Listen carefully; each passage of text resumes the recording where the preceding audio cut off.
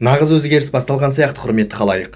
Әзербайжан президенті Әлиев өз елінде үлкен жиын өткізді. Бұл жиынға біздің елден Тоқаев қатыспады. Өзінің премьер-министрі Бектеновті жіберді. Осы Әлиев қазіргі кезде Ресейге өте қатты қарсылық көрсетуді бастады. Өйткені Әзербайжаннан күн сайын неше түрлі хабарлар келіп жатыр Ресейге байланысты. Сол хабарларды тізбектеп айтып берейін. Әзербайжанда Россотрудничествоға тыйым салынды. Русский Домның қызметі тоқтатылды. Бұл орыстың жан дүниесін, салт дәстүрін, руханиятын уағыздайтын, әлемге тарататын ұйым. Соның қызметіне Әзербайжан билігі ашық түрде тыйым салып тастады. Құжатнамалық дұрыс емес деді, басқа деді, неше түрлі нәрселер айтты, бірақ өз елінде тыйым салып тастады бұл ұйымға. Қанша бізге көмектеспегенімен Әзербайжан билігінің бұл ұйымды жауып тастауы Кремльді ашындырған айтпаса да түсінікті.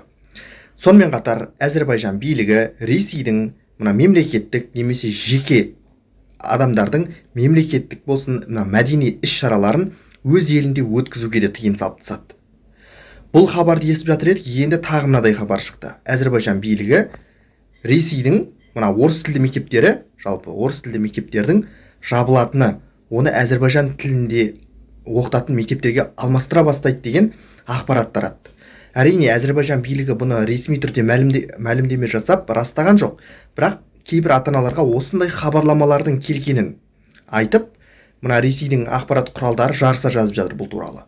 Әзербайжандық ақпарат құралдары жазып жатыр. Енді қараңыздар, Әзербайжан президенті Әлиев түркі дүниесінің, сол аймақтағы экономикалық серіктестік ұйымының елдерін өз елінде жинады.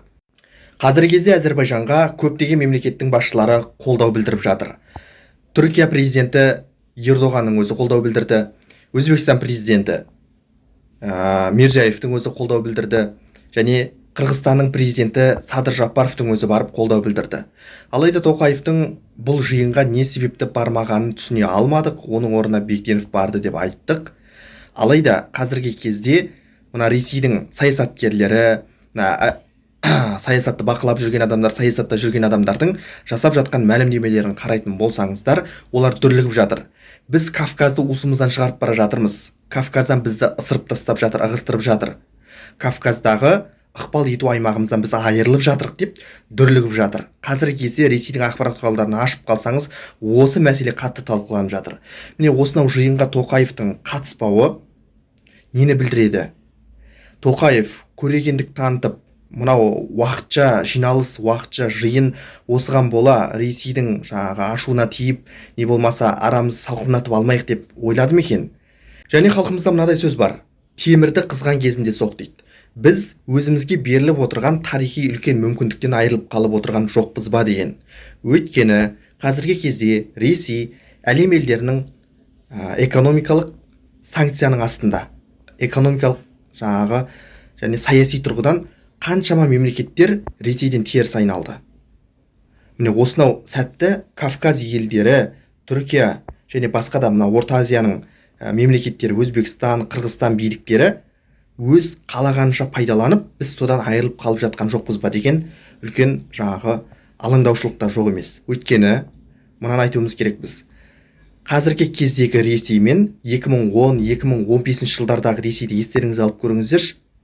Ресей тіпті Түркияның аспанында өз ұшағымен ұшағы кіріп кеткен білесіздер, үлкен халықаралық үлкен дау болып, Назарбаев төрелік етті, сол кездері білесіздер. Енді қалай ойлайсыздар сіздер? Тоқаевтың бұл аңдап басып отырған амалы дұрыс па? Әлде біз тарихи мүмкіндікті жіберіп алып жатырмыз ба? Өйткені Қырғызстан, Өзбекстанның, Түркияның, Әзербайжанның басшылықтары қазіргі кезде Әзербайжанға үлкен қолдау білдіріп отыр. Әзербайжанның билігінде отырған Әлиевке. Ал Тоқаев бұл жиынға бармады деп отырмыз. Сөз соңында мынаны айтқым келіп отыр. Бертран Рассель былай деген болатын: әлемдегі үлкен мәселе ақымақтар мен фанатиктер әрдайым өзіне тым сенімді, ал ақылдылар күмәнға толы.